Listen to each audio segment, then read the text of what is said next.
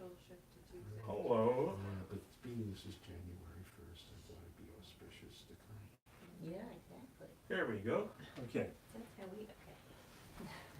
There we go. Okay, take two. And action. And action. Welcome, YouTube friends. Welcome, whatever this is, reality, analog friends, the three-dimensional world. So this is an excellent time to double check. Make sure that your phones are off, please.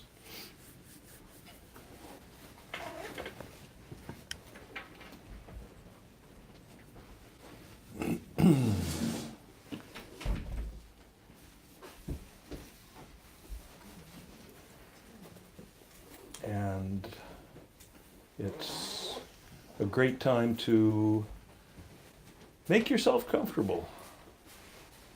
And as the session proceeds, at any point, if you're uncomfortable, do what you need to do to get comfortable again. You don't get extra points for suffering. The whole point of this is to eliminate suffering from our lives, not to add more to it. If we add more suffering, then as De Niro says in Raging Bull, it defeats its own purpose. So we don't do that. If your nose itches, scratch it. If you have to shift your legs, shift them, whatever you need to do.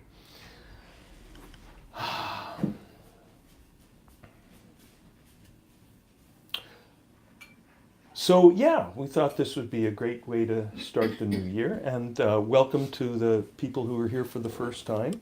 And what's your name? Nick. Nick. Welcome, Nick. And you're? Janice. Janice. Good, welcome. And you're? Ramin. Ramin. Welcome. Good, good. Okay, so if you're doing this for the first time, here with me, the most valuable instruction or suggestion that I can give you is just take it easy. Take it easy. Nothing here is about forcing or trying or, people often have a lot of concepts about meditation, that it means, oh, your mind is supposed to become clear. You're not supposed to have any thoughts. You're supposed to feel this way. You're supposed to feel that way. And either trying hard to make those things happen or even subtly just trying to, if I just try to lean in the direction of it being this way or that way. So throw all of that away. Throw all of that away. Just nothing, just blank slate. I'll make a few suggestions as we go along, and anything that I don't, for instance, if I don't tell you breathe this way or breathe that way, don't worry about how you breathe. Okay? Nothing, it's way simpler than anything else you might have done before or read about or expected. And as you'll see, the simplicity is really what allows it to work. The simplicity is how we get out of the way and just allow nature to take over and take the wheel. We're just kicking back in the back seat and going along for the ride. Okay? Yes, Yafael. Can I just mention some logistics? Yes, please. I just wanted to mention, if anybody needs the restroom, it's just in the hallway there to the right. And please leave the door open when you leave the bathroom so that people know that there's no one in there. And we'll do the session, then there's question and answer discussion, and then we have tea and cookies at the end. Solid. Thanks.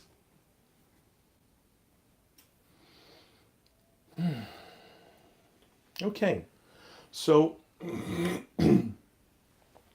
usually because, as I was saying, this kind of natural meditation, this kind of non-doing meditation, really non-meditation meditation, we could even say, because it's so simple, because there's so much, there's so little to it, really kind of nothing to it.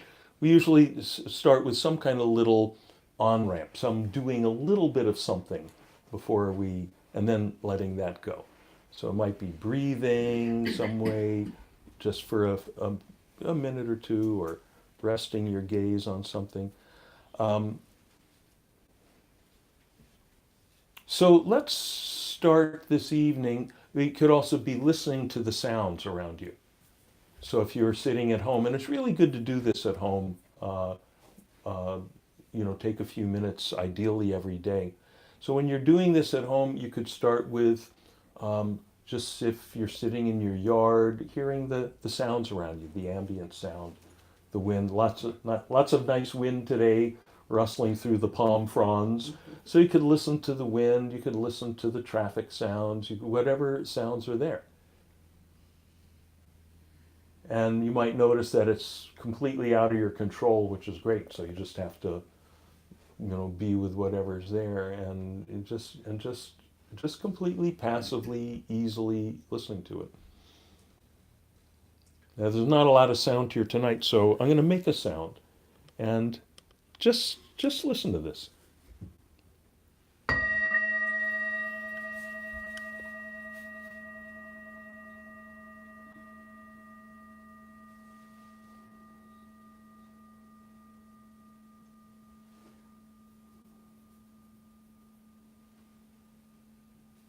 It's nice because it has a long decay and long kind of tapering into silence, which is kind of appropriate for an on-ramp into just being. Let's do that again. And you could close your eyes and just listen to it. Listen to it as it fades into the silence.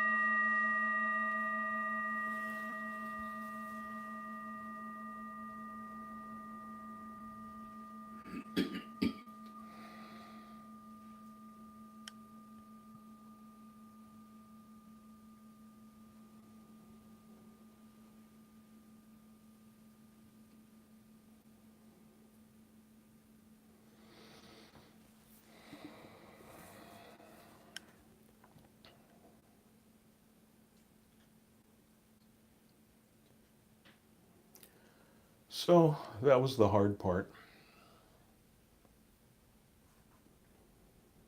Now we don't do anything in particular. Just leave everything as it is. The body is already resting in the seat. You may notice that the seat holds all of your weight, so there's no work involved in sitting. Sitting is automatic, it's effortless. Breathing is already going on by itself, automatically and effortlessly.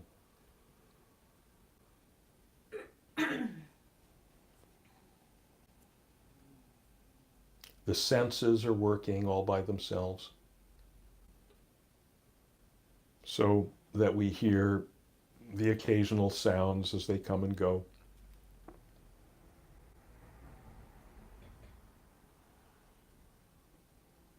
We might see colors shifting and dancing behind the eyelids as they come and go. Not that we're trying to see colors or trying to hear sounds, just things that might happen to come to our attention. And if they don't, fine. We're just completely passive.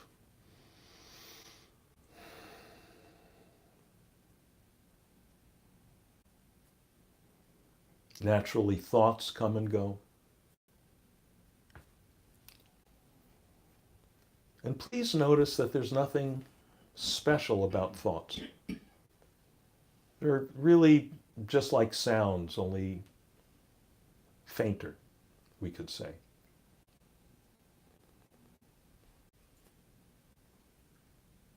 And just as we don't have control over the sounds that come and go, we can't anticipate them, it's the same with the thoughts. We don't have any job with regard to the thoughts or the sounds or the colors or anything else. We're unemployed here. Just hanging out, just being, as everything comes and goes on its own.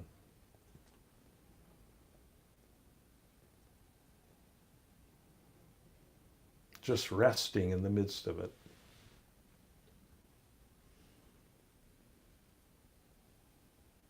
Giving up any attempt to control or process or do anything about the experiences as they come and go.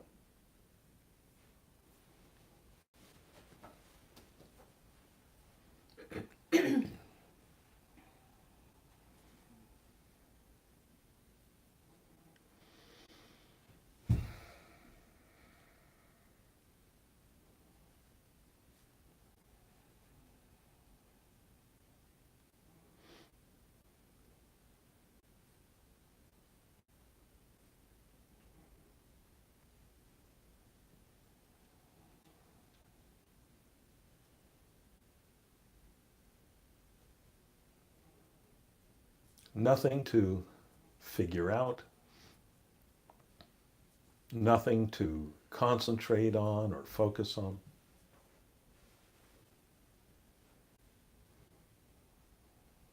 Just remaining as we are, as this natural, open, free awareness within which all the experiences come and go on their own.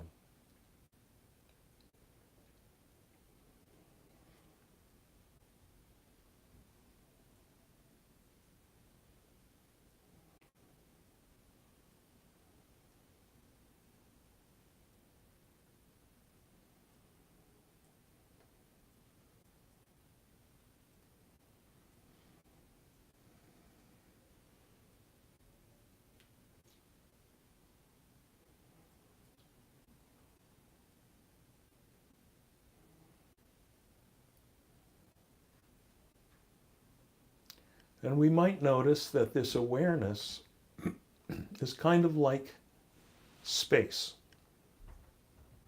like the space in a room. So someone could bring an object into a room or take it out. Many people could enter the room, or some could leave, or they all could leave. And it doesn't make any difference to the space. The space is not affected. Space is just this field, this empty, open, free field that just provides a place for the stuff to show up and then go away. So you can notice that your awareness is like that. It's like this open, empty space that's empty and free, even when it's full of stuff, even when there's thoughts and sounds, feelings, whatever, coming and going within it.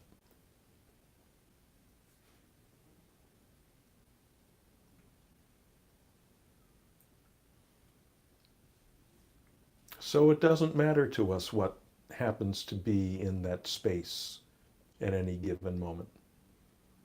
We just rest in the space, just rest in the natural spaciousness, the sky-like openness of our own awareness, as it already is.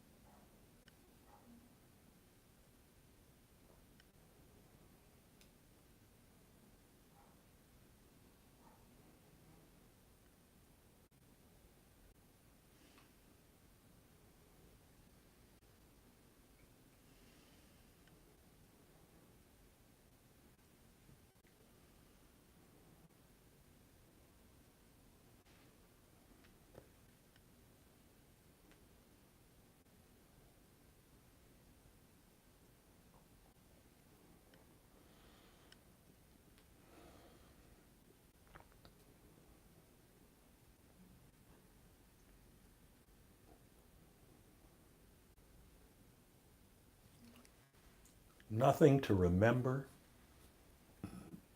nothing to maintain, no special way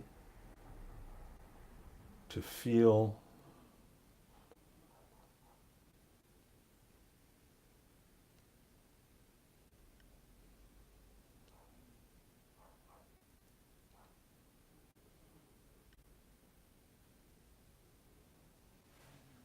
We're already present. We're already aware.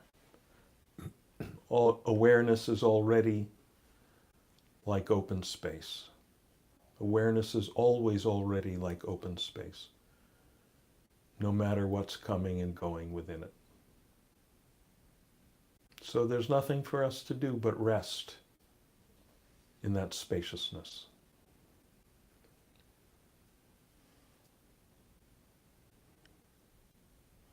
Give up to that spaciousness, that silence.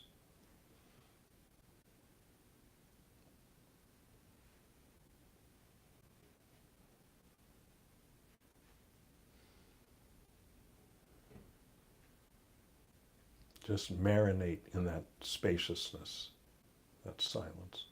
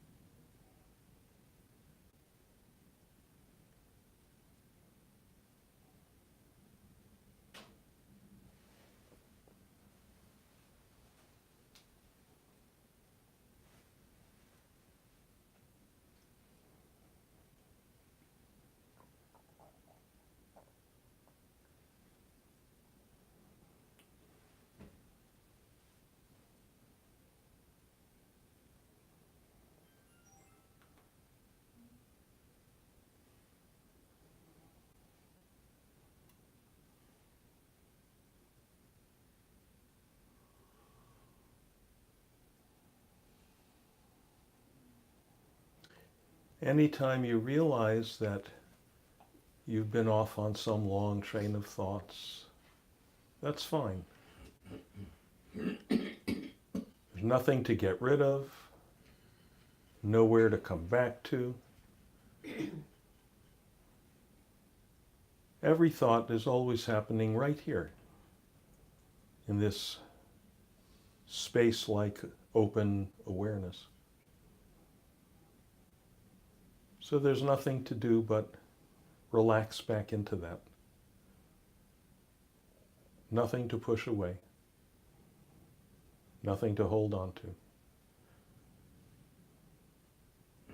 to. No sense of, okay, I'm going to try to stay here this time. Where else can you be?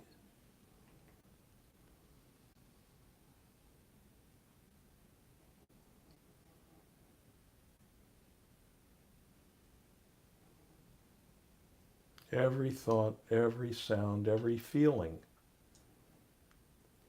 is happening in this same sky-like open aware space.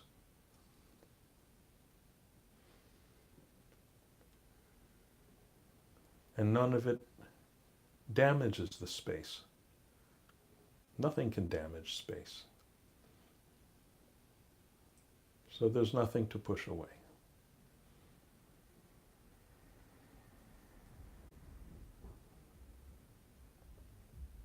Nothing that comes along can be better or worse.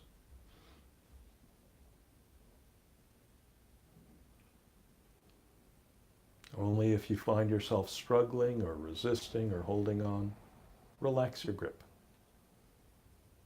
Whatever it is, just relax your grip and relax back into this space-like openness. This crystal clear, silent awareness.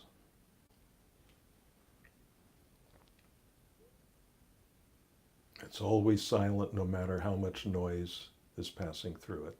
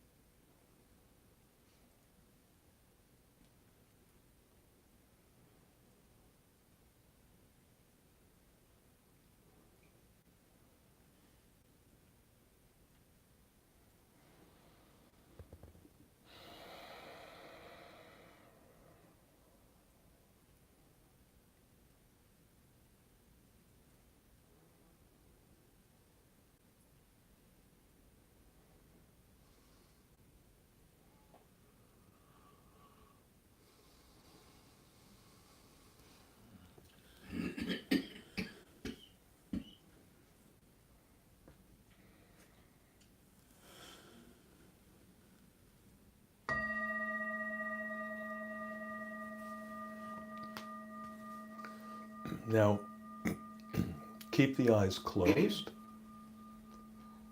and take a few minutes to gradually bring the body back to a more active state. Kind of like waking up in bed in the morning.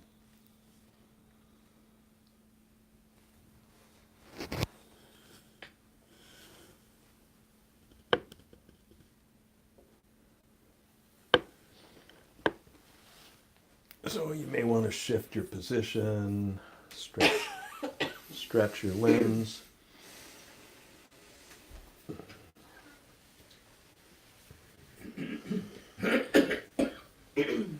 Maybe squeeze your hands or your face or your scalp. Get the blood going again.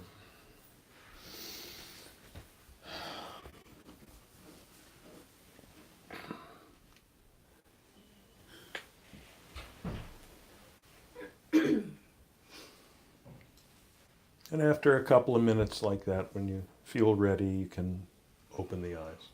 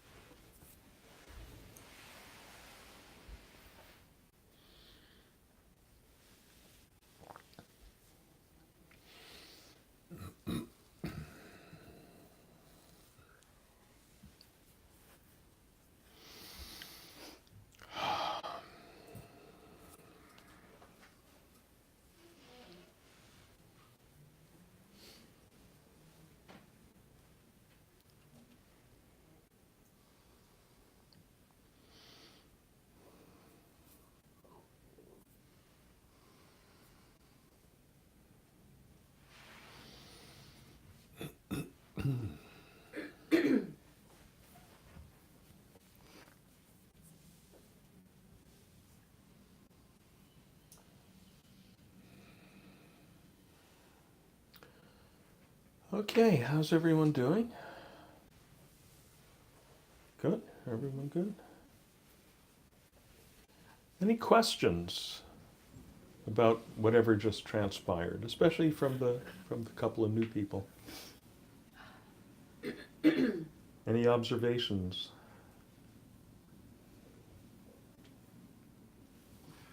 Okay.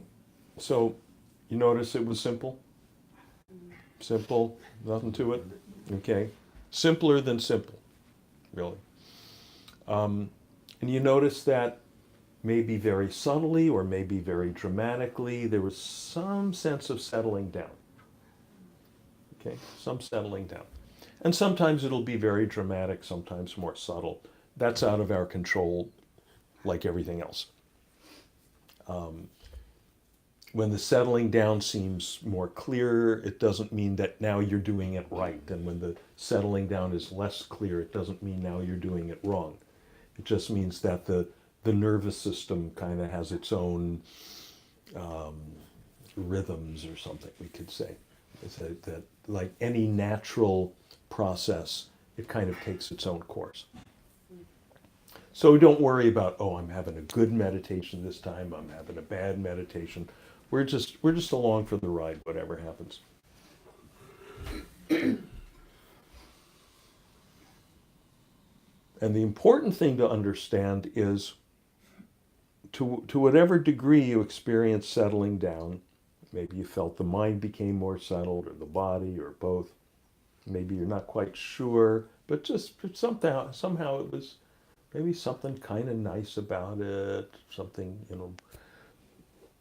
The important thing to understand is, what did we do what did we do in order for this settling to take place? What did we do? We did nothing. Thank you. We did nothing. We did nothing. That's the key thing. We did nothing. Okay?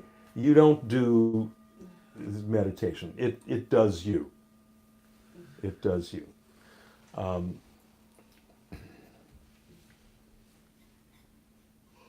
I don't like to send people home with the final like takeaway being, okay, do nothing. It's actually true. But if those words are the takeaway, then people go, okay, I'm here, I'm home now, I'm on the couch, I'm doing nothing, now what? So let's modify, we can sharpen up the takeaway a little bit and say, rest as awareness, right? And we've noticed that awareness is like open space.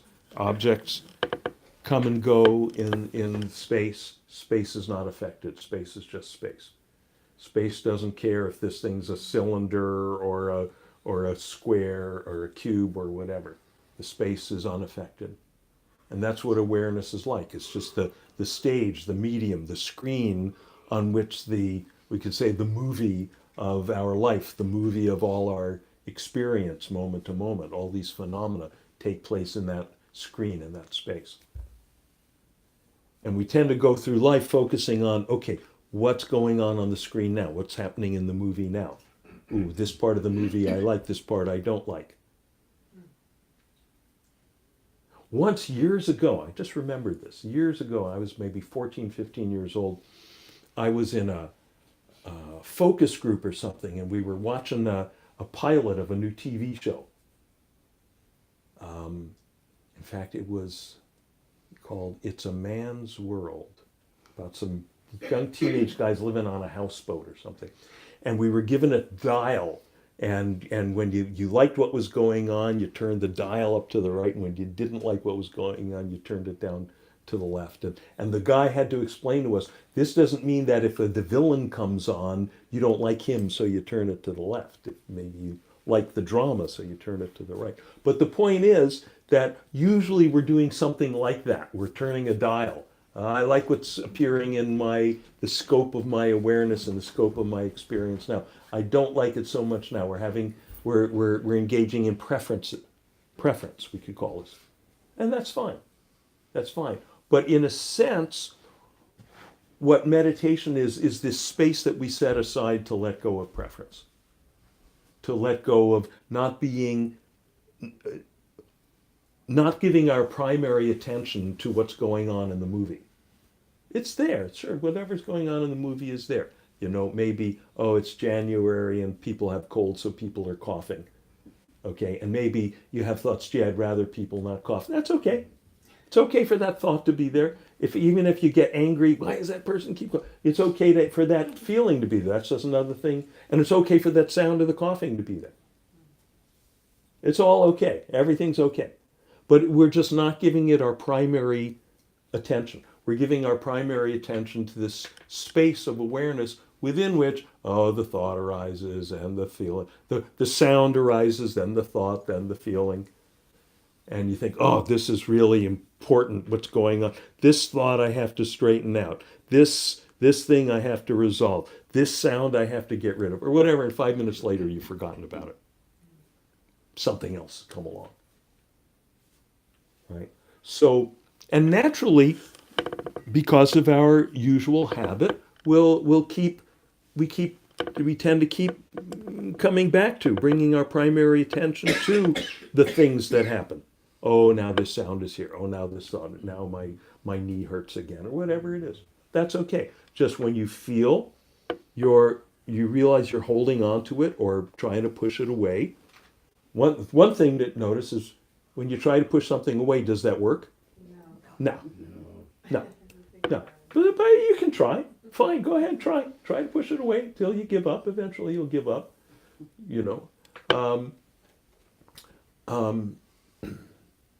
So when you find yourself trying to push something away, That doesn't work. Trying to hold on to something, that doesn't work.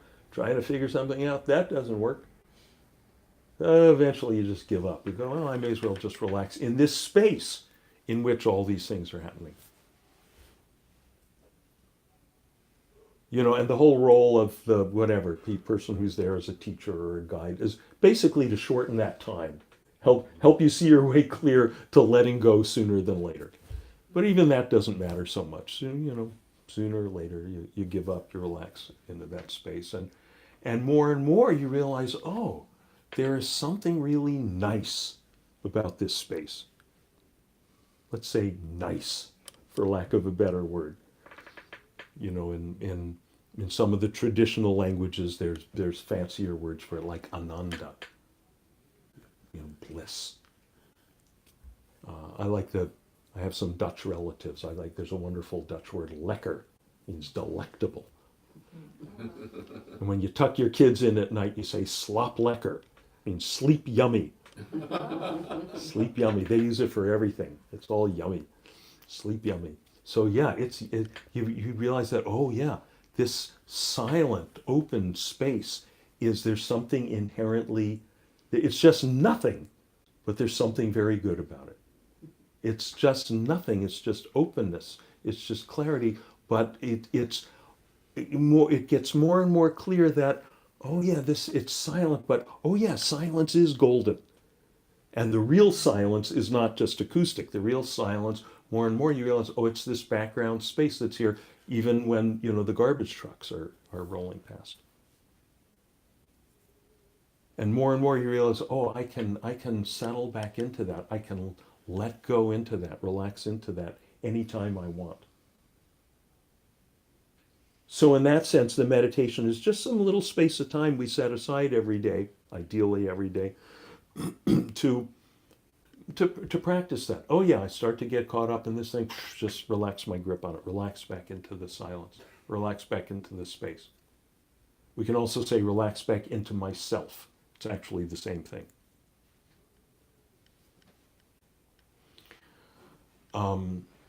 Not the self the way it's usually understood as, oh, a body or a personality or a bundle of thoughts or a bundle of personal history, but the self, the experiencer, the self, the awareness that's aware of all this stuff, including the body and the personality and so forth. Those are actually also objects of awareness on the screen. So it becomes, you know, and this is the value of regularity of practice. So you sit down for a few minutes every day, and with growing familiarity, it gets more and more clear that, oh yeah, this space is here all the time. This space is yummy. And this space, in fact, is the yumminess, the essential yumminess of existence that I was looking for in everything else. I was looking for the right thing in all the wrong places.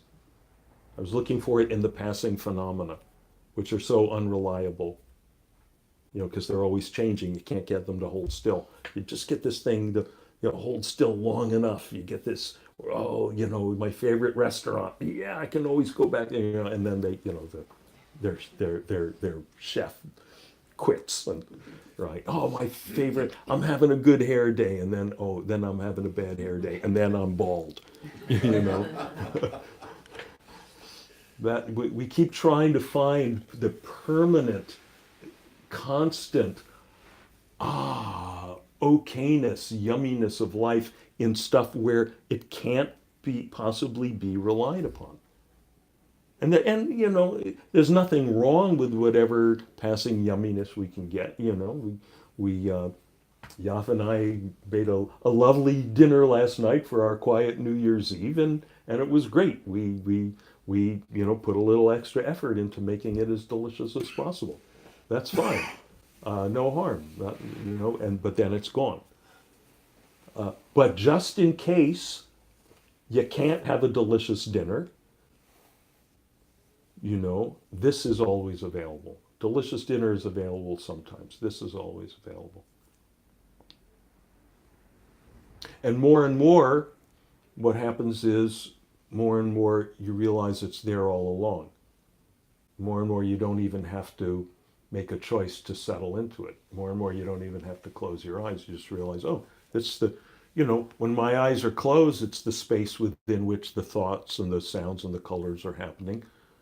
Is there anything special about having the eyes closed? It becomes more and more clear that no. When my eyes are closed, I see these vague colors behind my eyelids. When my eyes are open, the colors are clearer. That's about the only difference. There's more stuff to get caught up in. Right? In principle, it doesn't matter. In practice, during activity as opposed to so-called meditation, there's more stuff happening on the screen. A lot of it can be very intense, and there's responsibilities. Now I'm at work. Now I'm taking care of my kids, and I got to get dinner done on time. Whatever. So we tend to get caught up in the stuff. But a really good practice, even aside from sitting down, saying, "Okay, now it's time to meditate. I'm going to sit down somewhere and close my eyes." Really good practice is even when you're in the middle of all that stuff. What's the Greek, the literary term? In medias res, right? In the middle of the thing. Or as my father used to say, in mitten drinnen, right? In the middle of everything. That's like something my uncle used to say. Yeah, in yeah. Yiddish. Yes, in Yiddish. We'd get dinner ready. We'd sit down. My father would stand up. He'd start to carve the roast, and the phone would ring, and he'd go, "Oh, in mitten drinnen." So more and more in mitten drinnen, you're seeing that. Oh yeah, this silence is here in the background, and more it kind of comes. It kind of moves into the foreground. It kind of becomes the dominant note, and that's nice.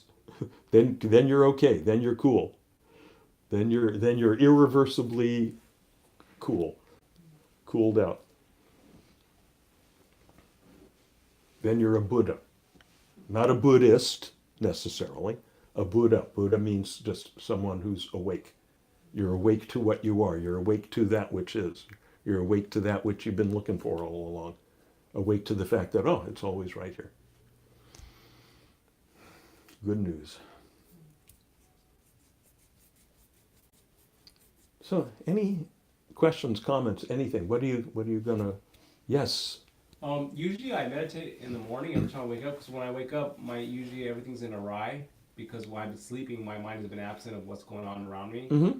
And I wake up, and it usually takes me about 20 minutes to finally find a common ground, and then I start my day. Mm-hmm. Yeah. So I notice if I'm up and I'm too late and I can't do that, and I'm running around grabbing this, grabbing that, whatever, it usually takes about triple the time for me to understand that spiritual, like you said, awareness of where you're at, Mm-hmm. and to find that continuity. Mm-hmm. So usually, like, if I make time for myself every morning, that's when I get my start, and then the rest of the day is just, like you said, bliss. If somebody's mad, then I'm like, okay, what's going on with him, and stuff like that. So, but sometimes you get bombarded, and you have to just shoot while you're there, and that's the hard part, is to understand, make the decisions quick. Yeah. You look back, and you're like, oh, did I say that? Did I do that? Mm-hmm. I could have done it better like this way. Maybe next time I'll watch, stuff like that. So. Yeah. We live in a world where it's just crowded. Yeah. And this guy's bumping into you, and she's asking for this, and the kid's crying, and blah blah blah blah blah. Right. So. Yeah. And no, amen. There's just a lot of stuff going on out there. Yeah. So. And a lot of people, and they're all. You know what? They're all just trying to be happy and not suffer. Right. No matter what they're doing, no matter where they're coming from, that's what's going on. And some of them, in that seeking to be happy and not suffer, some of them do it in a way that's quite skillful, right, and thoughtful and courteous, and some don't. Right. Some are clumsy and confused. So there's a lot of stuff of people bumping into each other.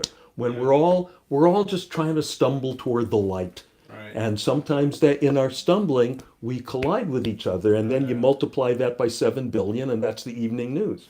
Yeah. Oh yeah. Yeah, there is no disconnect between the phenomenon that you're talking about in Right. our personal individual life every day and what's going on in the world stage. That's just on a bigger scale. It's all human beings with their consciousness, with some varying degrees of clarity or Right. confusion. And so what you're describing, I mean, it's so beautiful. I mean, this is what I do. I get up, I take a shower, maybe stretch a little bit, Right. and sit down I'm fortunate to be married to someone who's on the same kind of Right. program. So usually we meditate together, Yeah. which is nice if you have that available. If not, you can still be on. And so for a lot of people, meditating at the beginning of the day like that works well Yeah. Right. for their schedule. For some people, it's going to be no. When I get up, I got to get out the door. I got to Yeah. take care of things. And it's going to be more copacetic to when I come home from work or home from school in the afternoon or the evening. Right. When people come home, and a lot of people kind of traditionally, that's when they sit down and they have a glass of wine or something. Yeah. So maybe have a glass of meditation then. Right. And then maybe have a glass of wine after that if you're so inclined. Exactly. Yeah. Yeah. Just take a breath. Take a breath. Yeah. So what I have to do in order not to get in that awkwardness is before I walk into a highly public place, just think, okay, there's a lot of stuff going on. People are in that array, maybe somebody's stressed out. So I got to think, okay, before I walk in and order that coffee, Mm-hmm. just relax. Yeah. Yeah. No, and that's It works.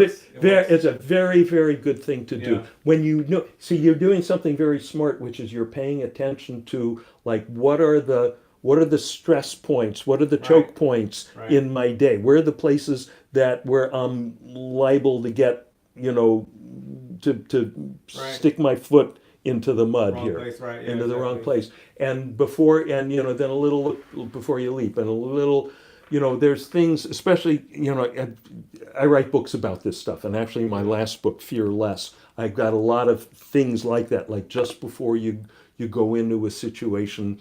One of them is that, and I keep getting a lot of feedback from people, they really like this one, Yeah. is breathing through your feet. Like you said, take a breath. And Right. what you can do to kind of make it even more powerful is and we can all do this right now. As you're breathing in, just kind of feel or imagine you're breathing in through the soles of your feet. And then as you're breathing out through the soles of your feet. Breathing in through the soles of your feet. And breathing out through the soles of your feet. Okay, and done. You notice even one or two breaths like that, if there's something kind of centering about it, grounding, so you can do that. You can, one that I really like is, and I do this in the shower every morning, singing descending fifths. Like Flintstones. Meet the Flintstones. And for reasons of the physics, which we won't get into right now, that's very, that the higher note, it's kind of like the guy up on the high diving board in the circus. Yeah. It's up there. And then, Right. when you come down into that lower note, it's like just settling into that pool.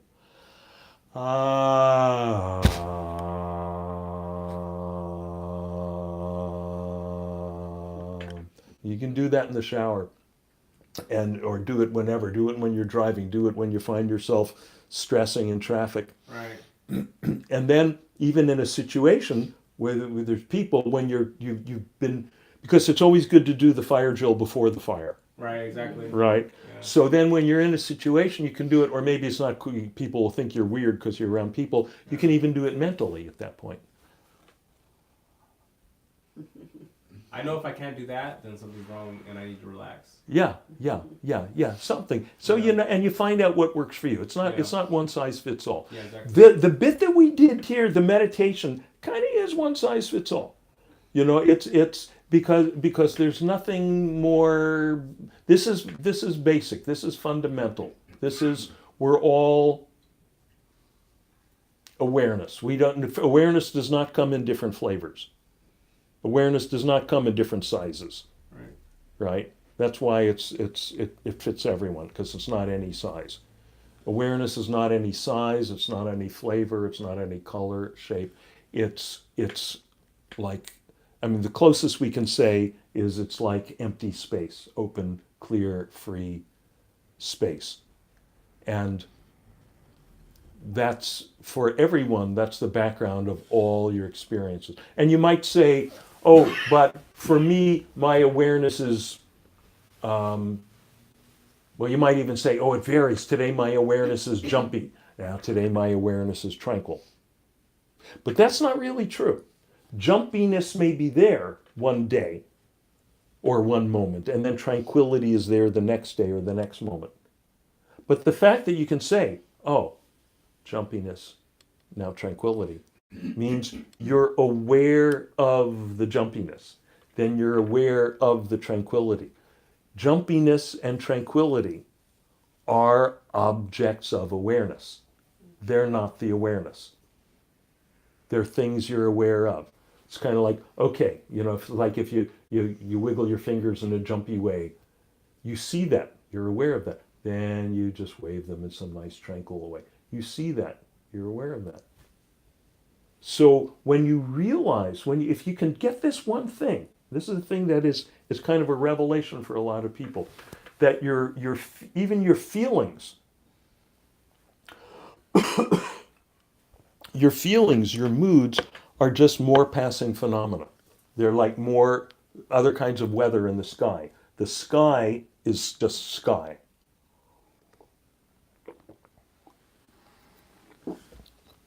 And that gets clearer through settling in this practice, settling into meditation. Oh yeah, it's just sky, and whatever clouds or rain, the clouds don't damage the sky, the rainbows don't improve the sky. And that gets clearer. Good. What else? Yeah, Tommy? Relaxing into awareness as you teach does feel wonderful, but I think there's even more benefit to it in that worldwide in the United States, some of the biggest problems people have is with high blood pressure and also elevated blood sugar leading to prediabetes or diabetes. And during the circumstances like you described of the tumultuous interactions we have, or just people's view of their life circumstances, it triggers their fight or flight responses and hormones. And so that's adrenaline and cortisol. Mm-hmm. So cortisol elevates blood sugar, adrenaline heightens blood pressure, and interrupts sleep cycles. There's many things negative. I mean, there is a place where they can be good, mm-hmm. But it has many negative side effects. And meditation has been proven in double-blind studies to reduce the ill effects of both high blood sugar and also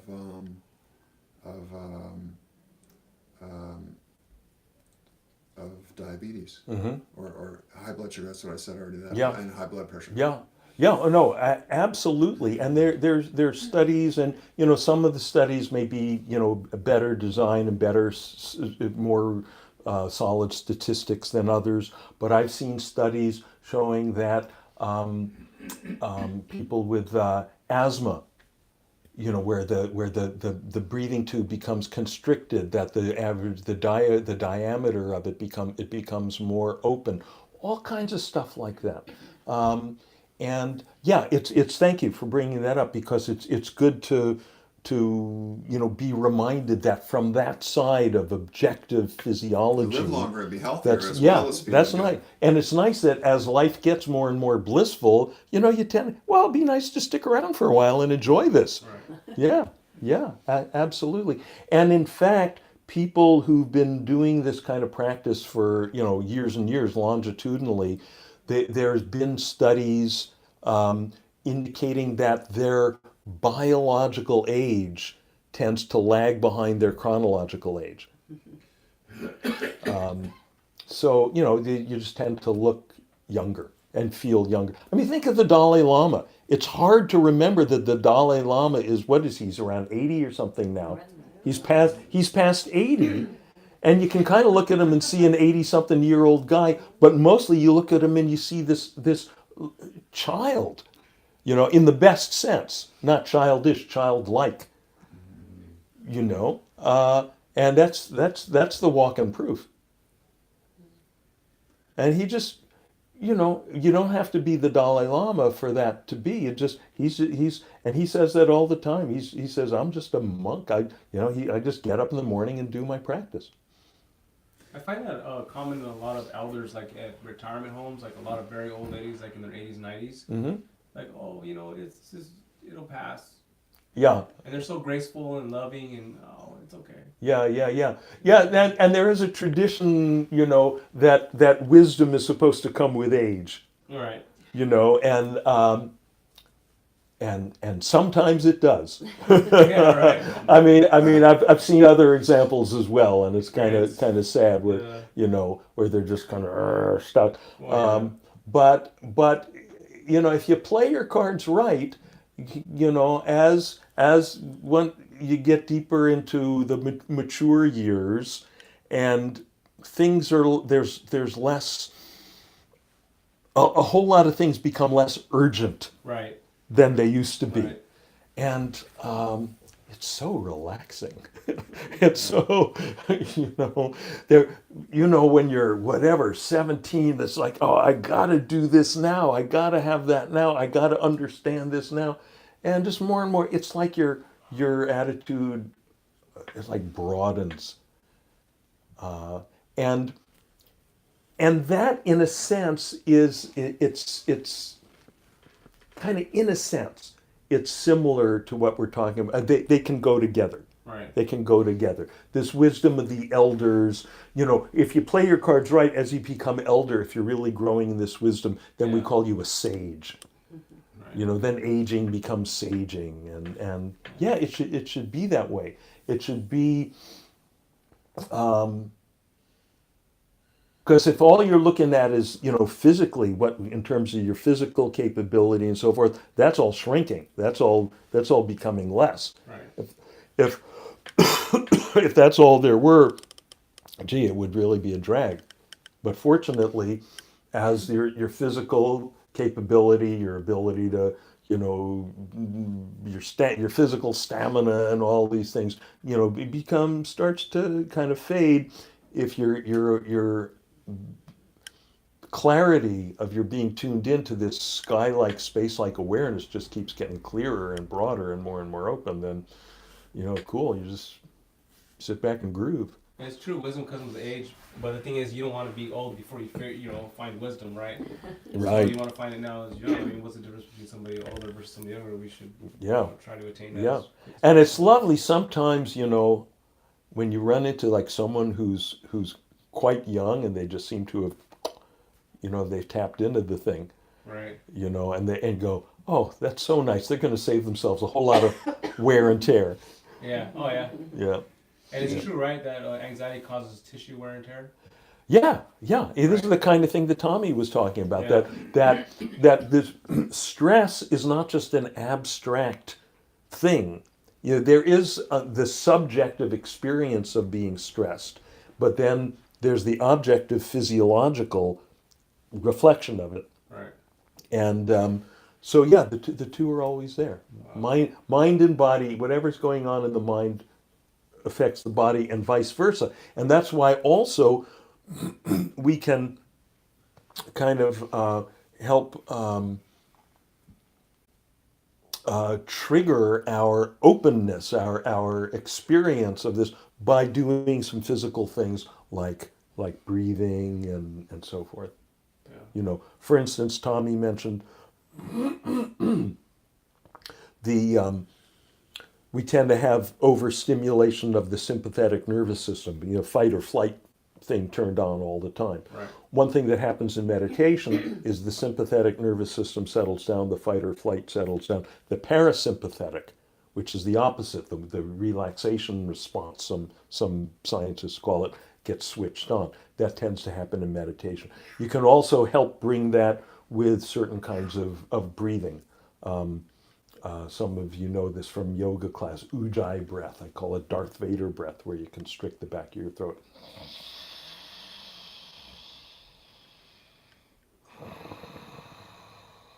like that, and that stimulates the vagus nerve, which switches off the sympathetic, switches on the parasympathetic. There's all that's there. It's all optional. It's all available. But the main thing, the simpler thing, always is just getting tuned into. Oh yeah, my awareness, because then you don't have to do nothing. No special breathing, no special sitting. You just eventually you're just walking down the street, minding your own business, and yeah, man. Dean, some of my friends have had accidents and then big injuries that were followed with chronic intense pain. Yeah. Is there techniques that you found that are better suited to that than the general ones you've described so far? Or is it... Well, again, the sitting natural meditation to me is the foundation of all of it. You can do some of this other stuff, but that makes everything else work better. Even people, like if they're taking medication, if you're taking the medication and putting it into a body that is in a more settled state, in a hypometabolic state, that's a state where self-repair it's more conducive to self-repair. The medication is going to work better,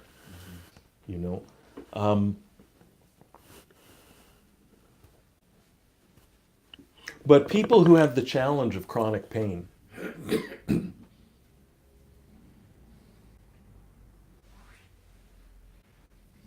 there's and as time goes by and as the bodies age, we all tend to become susceptible to that. Some aches and pains don't go away and so forth. I would say a key thing is non-fixation. Non-fixation. We tend to fixate on something that seems extraordinarily good or extraordinarily bad, right? So like, oh, here's that ice cream, the best gelato I've ever had. Oh, yeah, so we tend to fixate on that. If you could take your mind off the pain for a minute and have ice cream, like kids in a hospital, right? Yeah, but well, I'm getting at something else though, which is that, so we tend to fixate on ice cream because it's really good. Yeah, so we could do that, but this is something even more profound. We tend to fixate on something really bad, like, the doctor's going to give me a shot now. Oh no. And it's like, you ever see a kid do that, or some grown-ups, when they're getting a shot? Now, it's really interesting. When you're getting that shot, what percentage of the surface area of your skin is actually having pain inflicted on it? It's like a fraction of 1%. But see what's going on here? It's like you're taking your entire attention and weirdly, perversely, putting your entire attention on the one spot that's got pain and ignoring the 99.9999% of yourself that's fine. That's weird. So that's one thing you can do. Just realize, oh yeah, there's all this other part. I don't have to. Another thing is breathing through the feet. When you go for your physical from your doctor, let me put this delicately. For gentlemen, there's a particular part of that exam that is notoriously not that much fun. When it's time for that part, breathe through your feet. It works. I can testify to that. Okay, so instead of, you're breathing through your feet. But in general, again, through this practice, more and more our attention becomes, we could say, global. In a sense, we're less and less prone to get stuck in that, 5 degrees of the 360 degrees of our experience, the 5 degrees where the ice cream is, or the 5 degrees where the inoculation is. Ordinary people, quote unquote, in some of the Buddhist texts, they refer to non-meditators as ordinary people, right? People who have not done the practice, they tend to get stuck, fixated on, the little 5 degrees where the ice cream or the inoculation is. But through this practice, in a sense, we could say we're relaxing into all 360 degrees as I said before, without preference. When we find ourselves getting caught up in preference, I want that guy to stop coughing, I want the airplane, the dog to stop barking, whatever it is, then we just relax back into. And more that style of functioning comes with us as we come back out into daily life. But then how do we distinguish between that principle and also that some outcomes in daily life are better and preferable to Yeah, others? that's called common sense. Okay. We know, there's not a lot of metaphysics about it. Okay, Right. it's Something just, that it's can be- just, it's just, worthwhile changing and something that's not. yeah, it's just, my old teacher Maharishi used to say, even in enlightenment, we don't eat the rocks and stones on the banks of the Ganges. Right? We know we continue, even though on one level, it's like, oh, it's all one, it's all right. But on the other, it's just, it's all the brilliant, luminous one screen behind the movie. Fine. But on the other level, on the level of the movie, we give the devil his due. We act with appropriateness. We continue to act our part in the movie, and we act it impeccably, even though it becomes clearer and clearer that it's just a movie and we're not really a character, we're the screen. There's this in a sense, this two different layers going on. We could say this is just one way to talk about it, and that becomes more and more easy and graceful and automatic. And what's great is that as it gets clearer and clearer, that even as we act out our, follow our destiny, our karma, whatever it is, our plot points as a character in the movie, because what we really are is the open space of screen behind it all. That's really great because every movie ends the same way. And then he died. Right? And again, all this becomes clear with practice. By the way, before I forget, just because we're in the season where people have colds and things, this is a good thing to know when you're in a group, whether it's at a meditation or a concert or anything. When you tend to get chronic cough like that, just a little practical thing you can do. There is a shiatsu point, an acupressure point, right here in the deepest, it's like the pit, like the dimple in the middle of your chin. And if you take your second or third finger, make a little bit of a hook like this, and just with the pad of the finger, just hold that with steady pressure. When you're feeling that urge to cough, you just hold that, press against that bone there. It's not going straight in, it's kind of down against that bone a little bit. Kind of at a 45-degree angle, and you feel it relaxes the cough reflex. So that's a handy thing to know. Yeah. They say when you're gonna sneeze, you push your nose in and hold it. Oh, I didn't know that one. Serious, it works. Ah, You just push it interesting. like that. Interesting. Yeah. Okay. Weird. Thank you. That's a new one on me. Huh. Because it jogs the nerves, because you got tons of nerves in your nose, Right. and you got a big old nerve ending right there, so Uh-huh. push it. Cool. Okay, and yes. So I really noticed your use of the word already Mm-hmm. and always, and I feel like I'm really getting into being judgmental, but compared to, I've used audio by John Kabat-Zinn and taken a meditation class, and I think in the past had the sense of, all right, when my mind drifts, I have to bring it back. Mm-hmm. And there was one point where you said, you don't have to go back to anything. Mm-hmm. And you're already there. Mm-hmm. And I felt like it was like, oh, the pressure's off. Yeah. There was a way that I felt I was able to relax into it more. Mm-hmm. Yeah. That I Yeah. really appreciate. That's great. I love hearing that. I love hearing that. And this is not because of any great, brilliance on my part. It's just my incredible luck in the teachers that I've been with.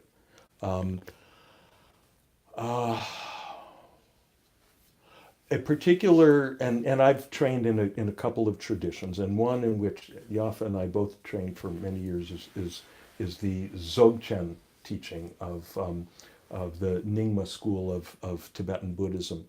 And Dzogchen is a contraction of Dzogpa Chenpo, which means natural great perfection, right? Perfection, great meaning like great everywhere, ultimate, nothing excluded, and natural means already there. It's not something we're trying to construct. It's not something we can build. Anything that we build, what goes up must come down, right? Anything that is constructed is going to destruct. Right. And anything that we build, who's going to be building it? It's going to be the individual, the ego mind. And so it's going to be a product that is going to keep us stuck in the sense of a separate, active self. You can't build it. The bad news is you can't build, the apparent bad news is you can't build it. The incredible good news is you don't have to build it because you're living in it. Trying to get back to it is like a fish going, how am I going to get back to the ocean? It's just having someone point out to you that you're in it. Just relax. You can relax. If you don't, or you don't have to. If you don't want to relax, don't relax. But it's just more fun. It's more enjoyable to relax and open to it. And that just gets and once you've had that pointed out to you, even once if you get it pretty clear as you seem to have, or pointed out a few times and you practiced a few times like that, as far as I can see, you can't go back. You can't go back to trying to do it. You're trying to do it because you realize that's self-defeating. It's like playing whack-a-mole. Every time you whack up one mole over here, three more pop over here. You just throw away your whack-a-mole mallet and hang out and go, yeah, well, whatever. Yeah. Good news. Gospel. That word gospel literally means good news. And it's the best possible news. And it really happens. It really happens for regular civilians like us. You don't have to have a Sanskrit name that's 5 inches long, or, wear orange robes, or, go sit in a cave. You can go sit in a cave, Actually, Yafa and I have spent some little short amounts of time sitting in caves, and it's very cool. It's all great. It's all good, and it's all optional. And it's all right here. So we'll do this again in 2 weeks from tonight. YouTube friends, thank you as always for joining us, and we'll be here. And yes, okay, so coming up on Sunday, February 10th, we've been doing day-long retreats here once a season, 4 times a year. So our next one, our winter, right? This is winter. Our winter retreat will be Sunday, February 10th. If you're on my mailing list, you should have gotten a notice about it. So you can respond to that and register. As always, space is limited for those. And this is a chance to just really get immersed, to just really hang out. We just really spend a lot of time marinating in that silence. And there's always some kind of, each retreat, we kind of take a little different angle of the insight into it. And this one we're going to be, actually the topic as I announced it was the 5 liberating questions. Since then I've expanded. It's now the 6 liberating questions. So even better. There's a bonus question in there. So,